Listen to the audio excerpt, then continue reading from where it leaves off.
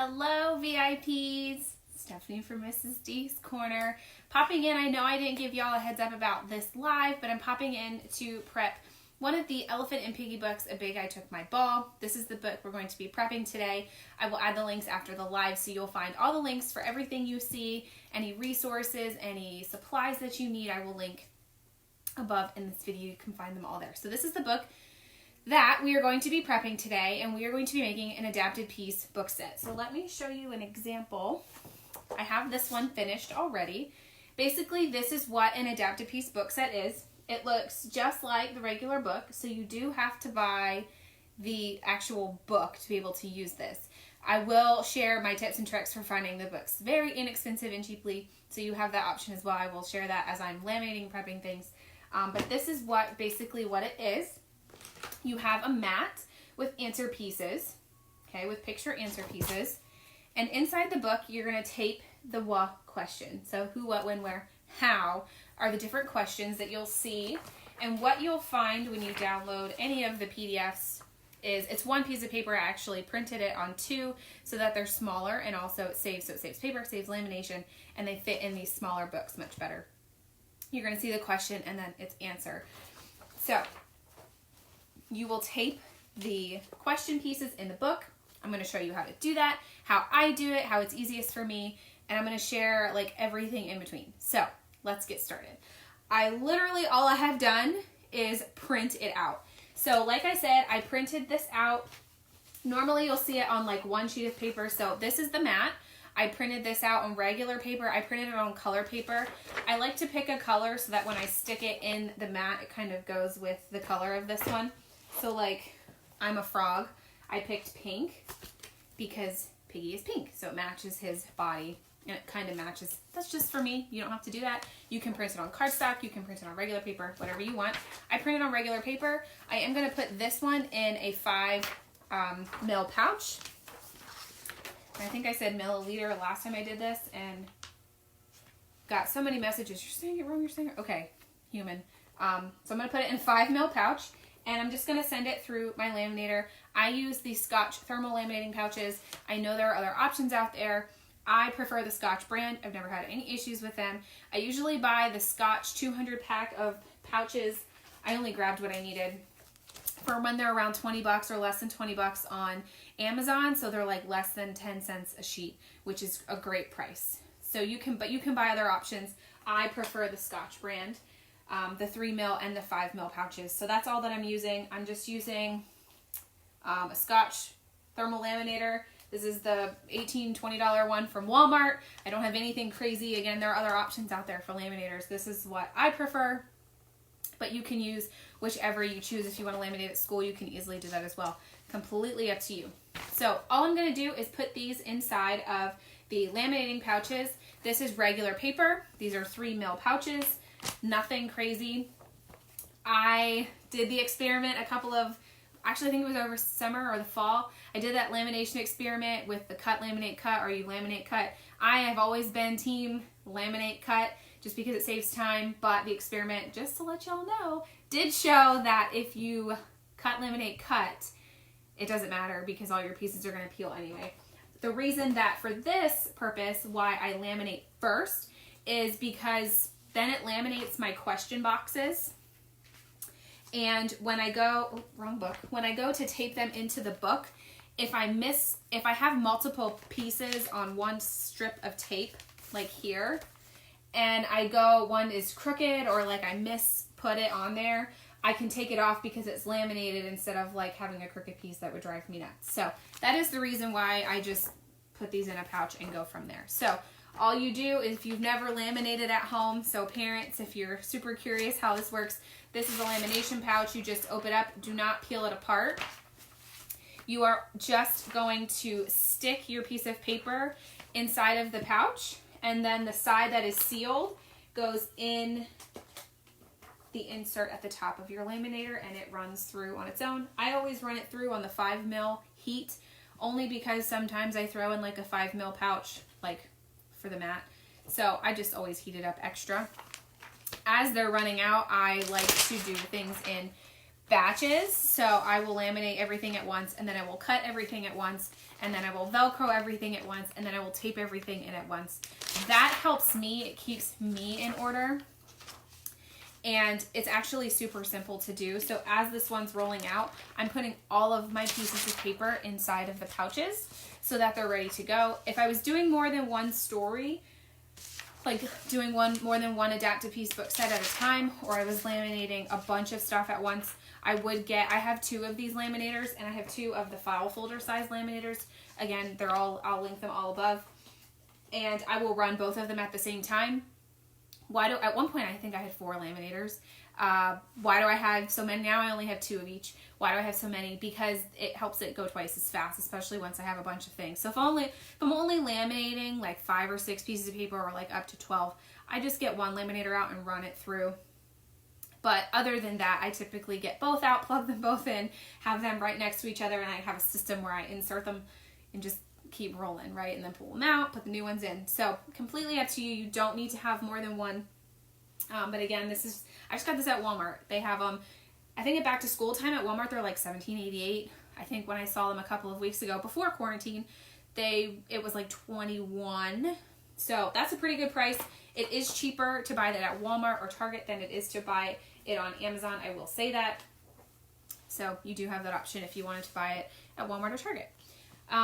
Okay, while these are finished laminating, let's talk about where you can find your books for an inexpensive price or cheaply. Y'all know that I love the Goodwill. However, finding Elephant and Piggie books at the Goodwill is like finding the Holy Grail or finding a super treasure hunt. Like it is legitimately a super treasure hunt. People aren't donating their Elephant and Piggie books, so it was really hard for me to find them all used. I'd love to use used books for adapted piece book sets because I'm going to be taping into them. I will tape them into new books, like this is a new book, and I am going to tape into it today to show y'all how to do it, but I do prefer using used books just because I like keeping the new copies in my library, like what you see behind me. I don't put the adapted piece book sets in the library bins like what you would see behind me. They go on the shelf, or we have a special bin for them. So I like to use used books as often as possible. So if I can't find them at the Goodwill, I did find a couple actually. These took me months to find these 4 months. So I did find A Big Guy Took My Ball. I actually found it in Spanish as well. So I have it I have 3 copies of this book. Actually I have 4 because I have it in the hardback too from when I originally bought this set. So we're going to be, I should use actually the use, doesn't matter. You have this option, and then I found I'm Invited to a Party, and I found I'm a Frog. I also found this I'm a Frog at the Goodwill, so I already have it as an adapted piece book set. I have the hardback for my library, so I'm not going to, I would probably do them and do a giveaway, or I will give them to a local teacher who needs to fill up their classroom library. So I do that. I will grab books at a Goodwill because they're super cheap, like 77 cents for a paperback. If they're not 50% off. And then if I come home and I have them, or if it's like a really good title, like an Elephant and Piggie book, I will donate them to a local classroom. So I like to help out in that way. If you don't find them at the Goodwill, thriftbooks.com is always a fantastic way to find books for an inexpensive price. They are used books. You can also buy new books, but they're typically more expensive than Amazon. But you can buy used books on thriftbooks.com. I will also link the blog post above. And it has, it is an affiliate link. It's a discount code. It doesn't cost you anything extra. It actually gives you a discount. And then when you use the discount, I get an extra discount to use on a future purchase of mine. If you can use new books. So when I was looking for these Elephant and Piggie books, so I have my whole hardback set here. I think I bought this set a couple of years ago. Maybe it was the first year we moved to Texas. So we've been here 2 years. So 5 or 6 years ago. I bought all of the books that were available, and as they came out, I've purchased the hardbacks from Amazon. So I have the whole set, but I didn't want to make those into adapted piece book set that kids are going to be using and manipulating in that way. So I looked for paperback books. Hard to believe. They're really hard to find too. I got on scholastic.com to find the paperback Elephant and Piggie books, and it was about $30 for a set of, I think I got 12. I don't know. I got these. They are not from Amazon, or they're not from Scholastic, actually. I got on eBay. eBay is another great place to find new and used books for an inexpensive price. I think I paid, it was like $6 or $7 cheaper than Scholastic to buy these brand new books. They even had like a Scholastic sticker still wrapped in the wrapping, and I got them for cheaper than what Scholastic was asking, even with shipping. So I ordered the paperbacks from eBay. These ones came from Amazon. Other ones came from the Goodwill. Wherever you can find them. You don't have to have 2 copies of every book. That is just a personal preference of mine, to have like an actual copy and then the adapted piece book set, because then you can send the extra one home, and if it doesn't come back, you know, yada, yada, yada. Anyway, so that's where you can find these books for cheap, or how I'm finding books and building my classroom library. 95% of my classroom library is used books, either from yard sales or the Goodwill. You can also do like Facebook Marketplace. You can get books. Craigslist, I've seen like huge book listings. Library book sales. Thriftbooks.com is great. I think Discover Books might be another used book website. But I like Thrift Books. And they're not paying me anything to tell you that I love them. Like I love them all on my own. So yeah, you have lots of options. However you want to get the books is completely up to you, but that's how I do it. So once you have printed everything out, and this is again in a 5mm pouch, regular paper. These are in a 3mm pouch, regular paper. I printed these 2 sheets to 1 just so that they're smaller, so that they fit inside of this book nicer. I laminate and then cut again, so when I put the tape on them, that I can rearrange them if I stick the question box is wrong. Yada, yada, yada. So let's get into how my process is once I've laminated everything. What do I do? When you are looking at, let me put these in order. Not that it matters, because I'm going to put them all out of order here in a minute. Once you laminate these, okay, or once you even print them out, or even when you see the PDF, you're going to notice that there are numbers next to the pictures. Now, some of like the very early adapted piece book sets don't have the numbers, but I'm going to show you how, if there's no numbers, even to put them in the correct order. You have your numbers. So this is what you're going to follow along. Those are page numbers. I always start, if the book is not numbered, if there are no books, like if there are no pages, like Elephant and Piggie books are numbered, so it's super helpful. If they're not, I always start page 1 on the page that has text first. So that's how you, and then I just go from each page. So like 1, 2, 3, 4, right? Like the natural progression of how you would number a book. But with Elephant and Piggie, they are numbered. So this will be page 1 here. Okay, now my camera is flipped to me so that this doesn't come up backwards to you. So if I'm pointing in the wrong direction, that's why. 2, 3. Okay, so now you see Piggie is 1. So his question box is going to go on page 1 here. And I'll show you how that works. But that's how you correlate the page numbers on here into the actual book. Hang in there with me, guys. Now, I don't do like question tape it, Velcro it in, question tape. Like that is too time consuming. If you want to do it that way, please be my guest. But you don't have to. Oh, darn it. I forgot my Velcro strips. Let's talk about Velcro for a second. I order Velcro in bulk from Feener Supply, FeenerSupply.com. Again, they're not paying me to tell you to go use them.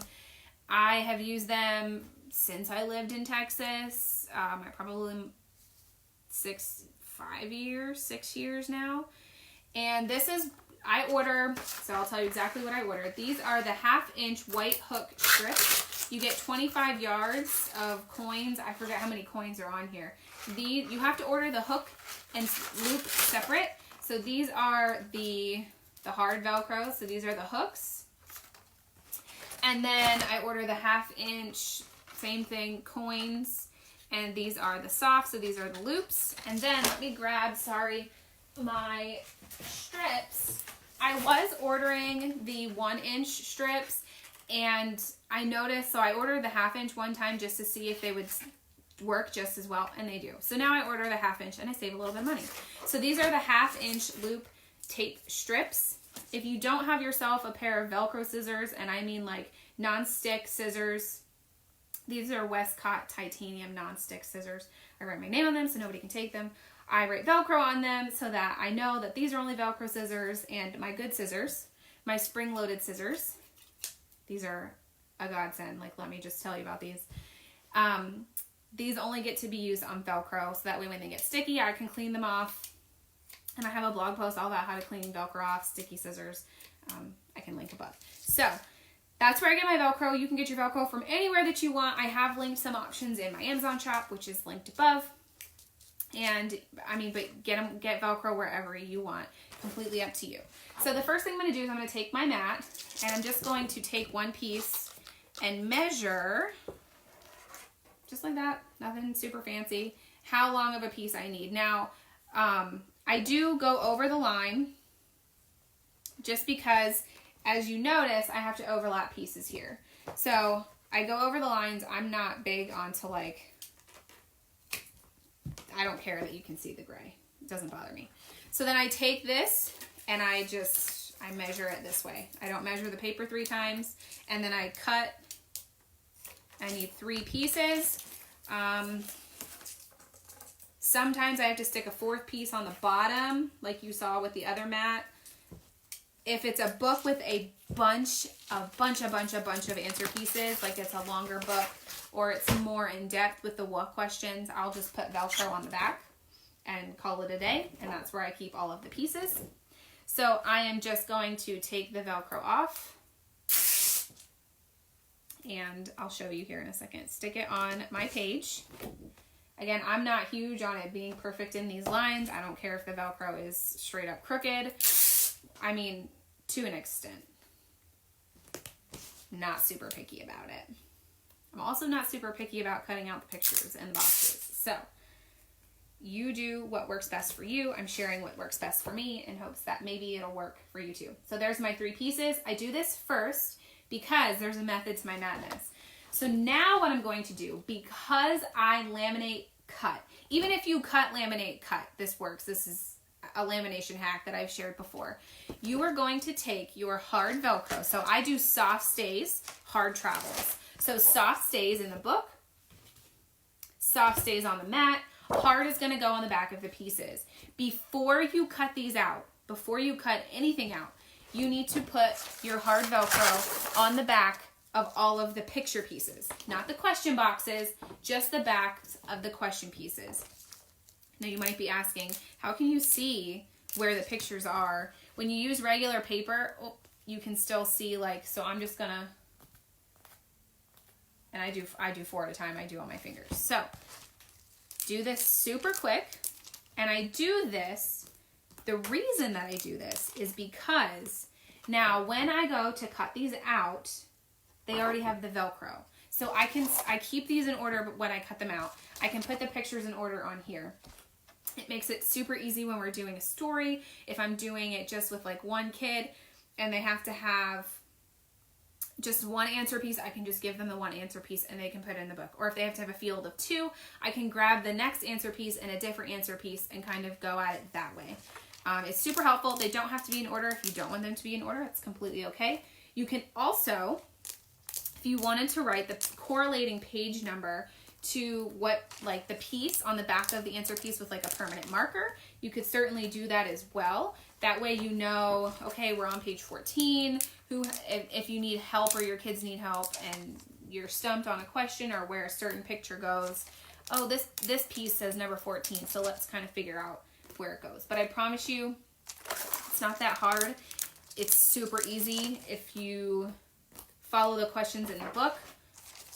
So also in front of me at this time, I have my computer.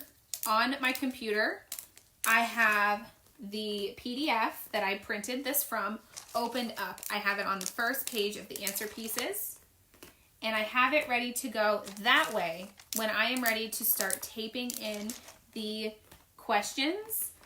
Because I'm going to cut them out and these question numbers, the page numbers are not going to stay, obviously because I'm cutting them out, right? I use the PDF as a guide to help me put the questions in. Also, when I cut the question boxes out, I make piles. So I put all the what questions in a pile. I put all of the why questions in a pile, all of the where questions in one pile. This makes it easier for me to not have to sift through a bunch of question boxes at once. Again, if you do it differently, there's no right or wrong way for your process to get the APBS book sets done.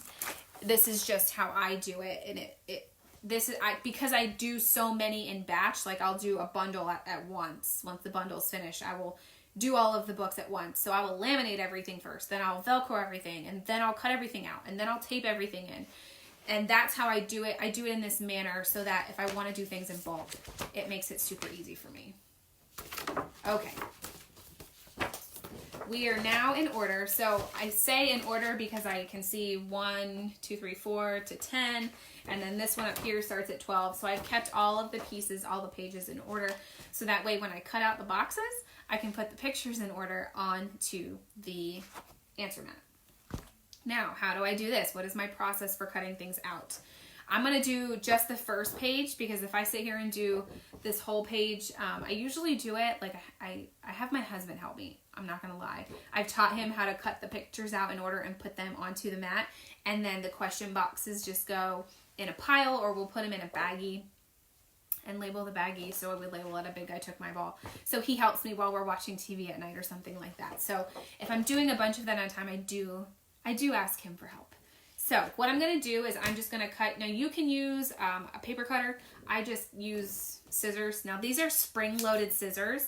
If you have never used spring-loaded scissors, you're missing out, man.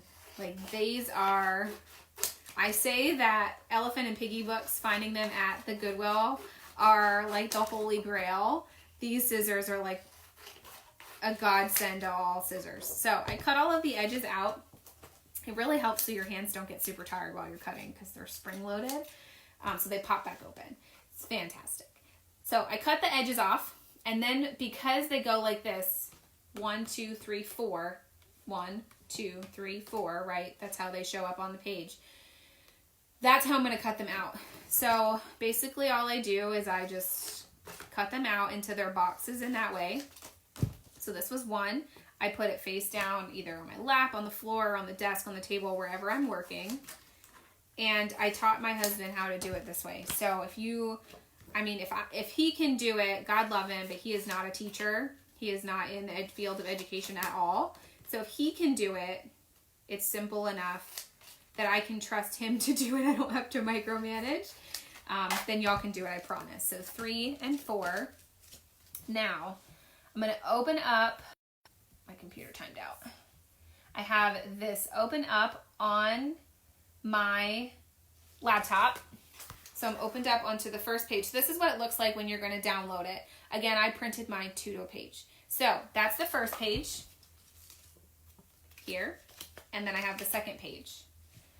So this is, I just pushed next. There's the second page. So here are my answer pieces from the second page. Again, I'm only going to do the first 2 pages because we could be here forever. Although I would love to be here forever with you guys. I know y'all have other things to do. And it's lunchtime, so gotta eat. Here are my first pieces. So they have been Velcroed. They all have Velcro on the back. Oh, wrong way. There we go. They all have Velcro on the back. They're all still attached to their questions. So what I'm going to do now is I'm going to cut the questions apart from the picture. And I make 2 piles, face down, 2 piles. I'm going to do that to all of these. Again, now I just cut this one like, oh, see how I just kind of cut the middle off of this here and I didn't cut straight? That doesn't bother me. I'm like super not anal about any of that. I'm going to stick them right on top of there. Same thing. Cut the question apart from the boxes. Questions apart from the boxes. Now I'm going to take my pieces. These are my answer pieces for the first 2 PDF pages. And I'm going to cut them out and place them on my answer piece mat in order. You don't have to do this, personal preference. And I do stack them just so that I can fit them all on here. If you wanted to be able to see every single answer piece, you can add Velcro to the back, add more Velcro here. I stack them this way because I don't ever give a kid a mat and be like, let's read a story. Here's your mat. Good luck. I don't ever do that. I usually have the mat in front of me and we're doing it in whole group, and I'll give answer pieces as we're going, or I'll pass all the answer pieces out if I have pairs with me at the whole group table. It really depends on the situation, who's in the classroom at what time, what it looks like when we do this. But I like to keep them in order. Again, I'm just cutting them, the pieces out. I haven't done, my question pieces are just sitting here. I'll show you what this looks like here in a second.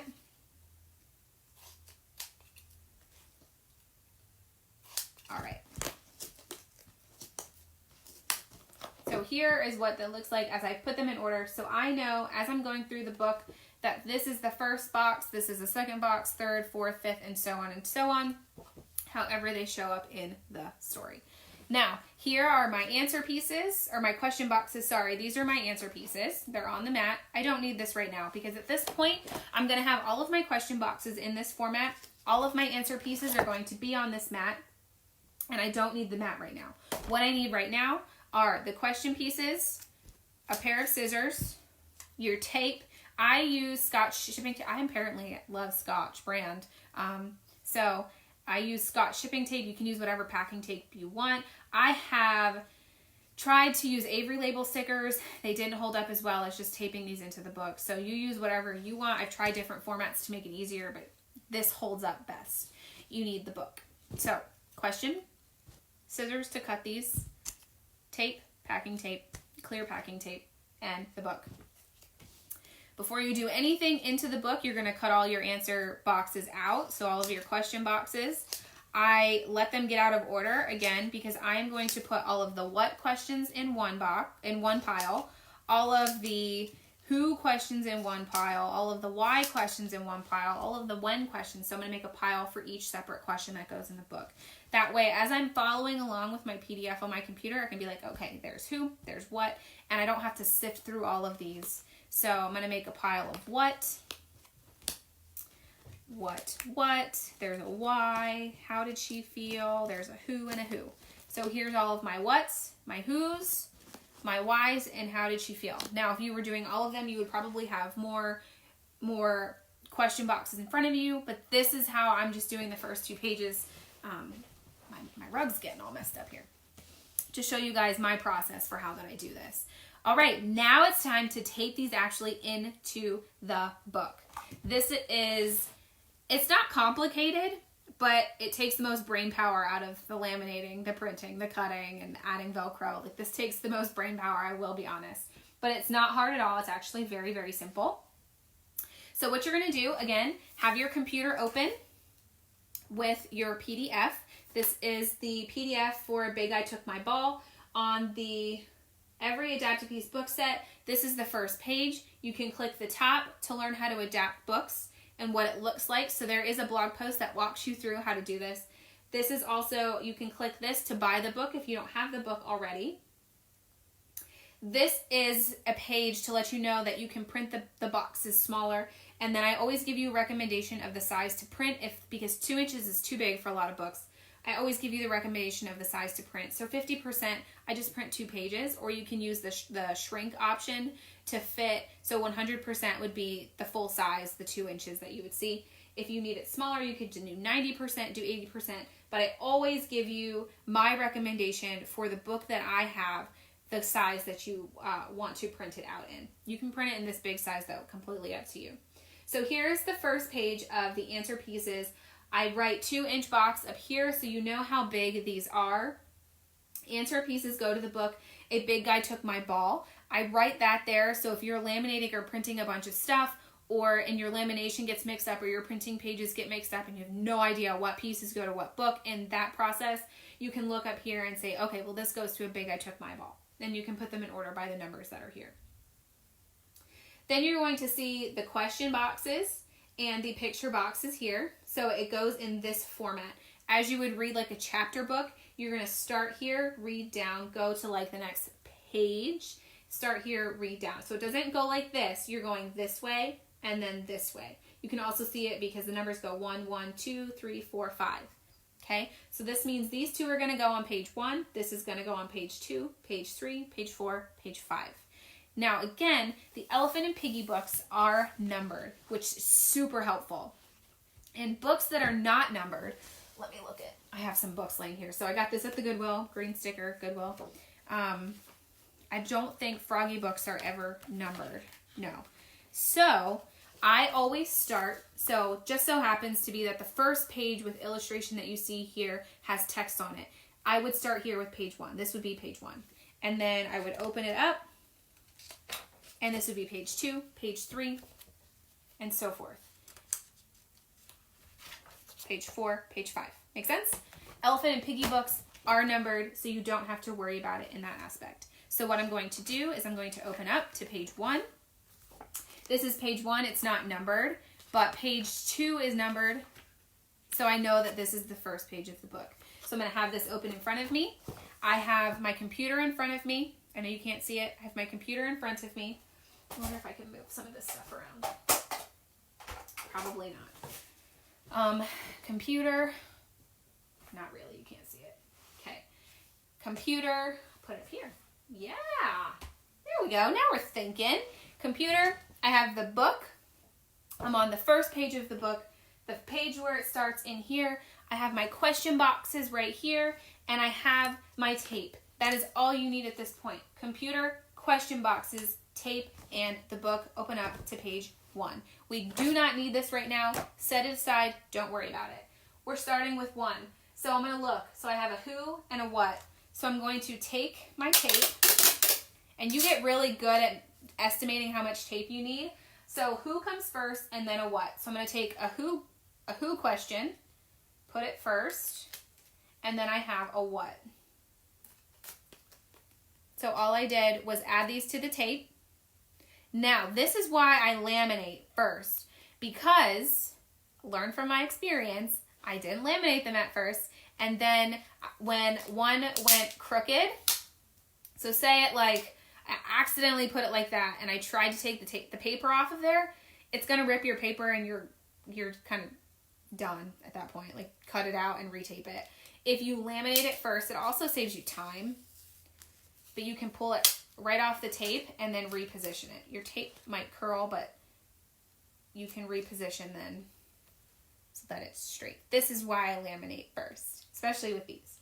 So then I place the question boxes into the story in a manner that is not going to take away from the text or the illustrations in the book, because the questions not only pull, the what questions pull comprehension from not only the text, but they also have to use the pictures to be able to read the story as well, right? Because reading pictures is still reading. So I don't want to put these question boxes in a way that's going to compromise any part of the book that I want students to comprehend. So usually that means I'm putting it in white space. I'm putting it at the bottom of a page, at the top of a page, along the crease in the middle. I put it somewhere that's not going to take away from the comprehension of the page. So for this one, I'm actually going to put it at the very, very bottom. And my tape is actually going to overlap the page. See where I put it? And I have some leftover tape. So I'm just going to take my Velcro scissors, because I don't want them to get sticky, and cut the tape just a little bit so that I can fold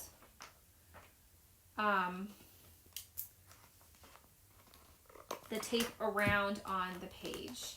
Okay, and I'll show you here in a second. So that it stays. So I took my scissors and I just cut the little corner piece of the tape off so that it didn't fold, and I folded my tape. So you can see I folded it around. You can kind of see it's shiny there. Okay, so I put them here. I'm going to continue this process all the way through the book, all the way through all of the questions, all of the question boxes. So now that I finished page 1, I know that I finished page 1 because there's only 2 ones here. So now I'm going to go to page 2. I'm going to turn the page. This is page 2. See all this white space? I'm going to put the picture, the question box up there. So I have a what. I need a what. And I make it a smaller piece of tape. Again, as you do this more frequently, or you're doing a bunch at a time, you will get really good at estimating how much tape that you need. So then I'm going to put it at the top. put it in there, page 2. Moving on to page 3, I have a who. So I'm going to take my tape, make a little piece, put it in. I'm going to put it down here actually because we're talking about Gerald. And I want them to look at the who. The who is this guy right here. This is Gerald. So what is he doing, or she doing actually? She is running. So on the first page, we were talking about, it says who and what. So who is talking? Who is talking? Or who are we looking at? We're looking at Piggie. So your answer, first answer piece is going to be Piggie. And you're going to put that in there. And then what happened? She's telling you that somebody took her ball. So the what piece here is going to be ball. Now with Elephant and Piggie, I have taken the time to color code kind of like these little boxes where they're talking to kind of help you differentiate between the pieces. So then you're going to go into the next page. What is she doing? She's running. But who is she running to? She's running to Gerald. Okay, so there's no words on this page, right? No words. But they still have to read the picture. They have to look at the picture and figure out what's happening. So this question is helping them to read what's going on in the illustration on this page. I did page 3. Now I'm going to do page 4. 4, here's the number 4. What? I found a big ball. So it's telling me what? I found a big ball. I'm going to put the what sticker in here, or the what box. How did she feel when she found the ball? It was so fun. How did she feel though? You can look at the picture. She felt really happy. The question box for this one is how did she feel? So I'm going to take this, put it in my tape. And again, I've put both of them at the top, kind of out of the way. Now, one thing I have noticed, as you're putting these answer boxes into the book, as you're adding them the Velcro, your book, if you keep putting them all in the same place, your book is going to end up like super fat up here, which is fine. There's nothing wrong with that. If that bothers you, you can kind of rotate where you're putting it along the top if you find that you're putting a bunch of the question boxes up there. So then we have how did she feel? So we just did that. Now we're on page 6, so I need to go to the next page. What happened? Or what was it?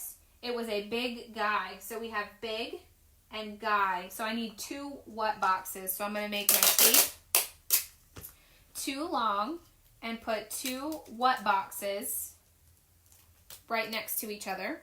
What and what. And because I know that me putting them all there, I'm going to end up putting it like in the middle, down a little bit. And how did she feel about that? Then is my question for number 7. So how did she feel? Again, they're going to have to read the pictures on this page to answer that question. So there's 6 and 7. Read the picture for this one. How did she feel? Then we're going to go to page 8. Page 8 and 9. What did she do? She yelled. She's yelling this. It's in capital letters. So she yelled. So what? What did she do? I'm going to put it right next to that box there. The quotation or whatever you want to call that. Oh, we have we have a Y here too. So I should have paid better attention to putting these in the book. So if that happens, if you're doing them piece by piece, and you found that you went in here and you put that one there, but you can't like put this one right next to it because it's going to cover it up, I just stick it right below it. Okay. And then the last one for this one actually goes on page 10. Okay, so not every page of the book is going to have an answer question or answer box, question box. How did she feel? She says, I feel so upset. How did she feel? Okay, so you're going to continue this process all the way throughout the rest of the book. When you get to the end of the book, you don't need your computer anymore. Now it's time to start adding the Velcro to the pages within your book. So you're going to take, I use soft stays, hard travels. So soft is what's going on my mat. Soft is what is going in my book. The hard or the hook Velcro is what is going on the back of the moving answer pieces. So I'm going to do the same thing here. I do this all at once. So I will tape all of the questions into the book at one time. Usually when my husband helps me, he cuts everything out and then I'm taping everything in, and then we'll tag team both and do the putting the Velcro in the books at the same time. This Velcro is harder to get off of. So then I'm just going to put the Velcro, oh, there we go, right onto the boxes. Now, like I said, I did try using Avery labels and printing these out on Avery labels, the question boxes, so you could literally just peel and stick. But when you went to pull the Velcro off of the piece off the Velcro in the book over the Avery label, it was ripping the pages. So it wasn't holding up like the tape does. I like to make the tape, like you can see, I like to leave space around all of the tape. That helps with the integrity of keeping the book together. So that's why I do it this way, so that the book stays together. My dad's trying to call me. I have to call him back again.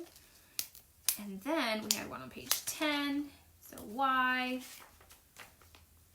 All right, so pretend we did the whole book. I've added all of my Velcro pieces into the book. You can see how it does make it a little bit thicker, but that's okay. No big deal. You'll see. Then it's time to start using your book.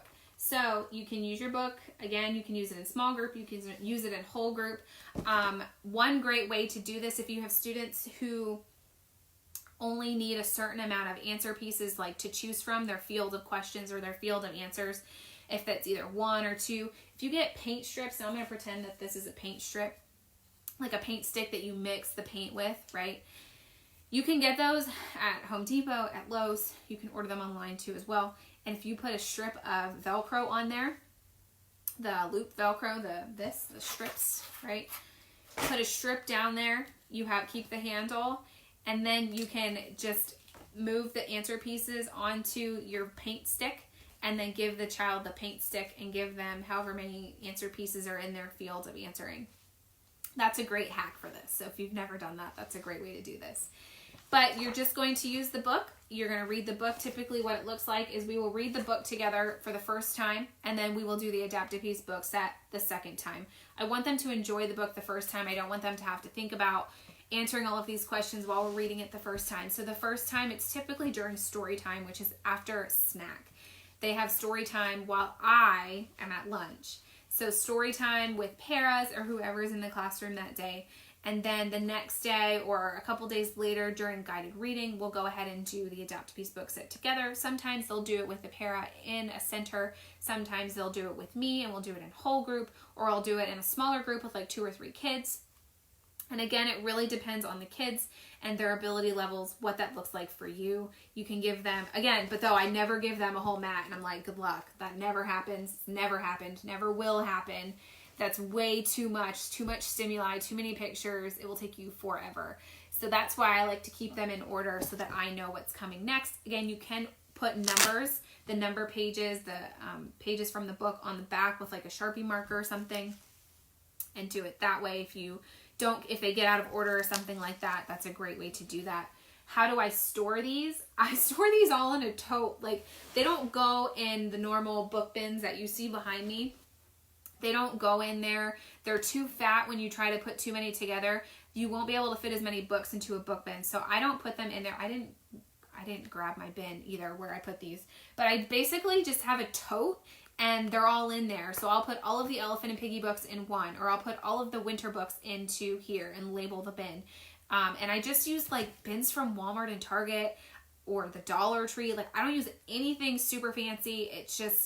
It's a bin. I use a dry erase marker and I draw, like, write what's in here. So in this bin, Elephant and Piggie and math, and then that's what's in it. And then if I happen to take the math books out and put them somewhere else, I can erase it really quick with it's not a Mr. Sketch marker, it's a magic eraser. I always get those two mixed up. I don't know why.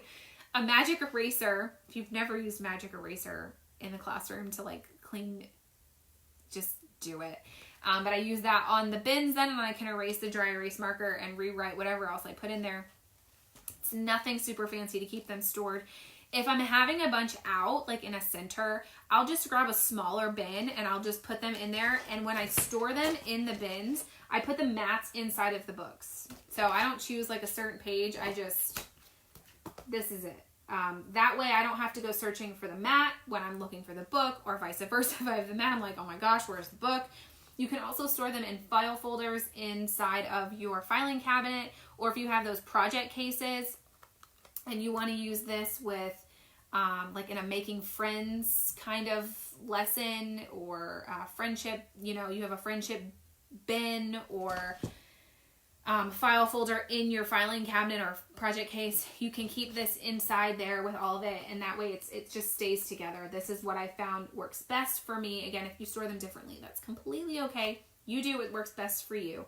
This is how I store them, and it's easiest for me to keep everything in one place. So I think that I've covered everything like that it takes to prep one of these. Let me know what other questions y'all have about prepping Adapt-A-Piece book sets. I'm going to finish prepping this one, and I'll show y'all the sample video. I'll probably finish it sometime this week, and then I'll post it in the group so you can see what the final product looks like for this specific book, since you just watched and helped me prep this one today. I hope this video was super helpful for you. If you ever want to see anything else in video format, just let me know. And yeah, I hope you guys are staying safe and healthy, and I will see you guys soon. Bye.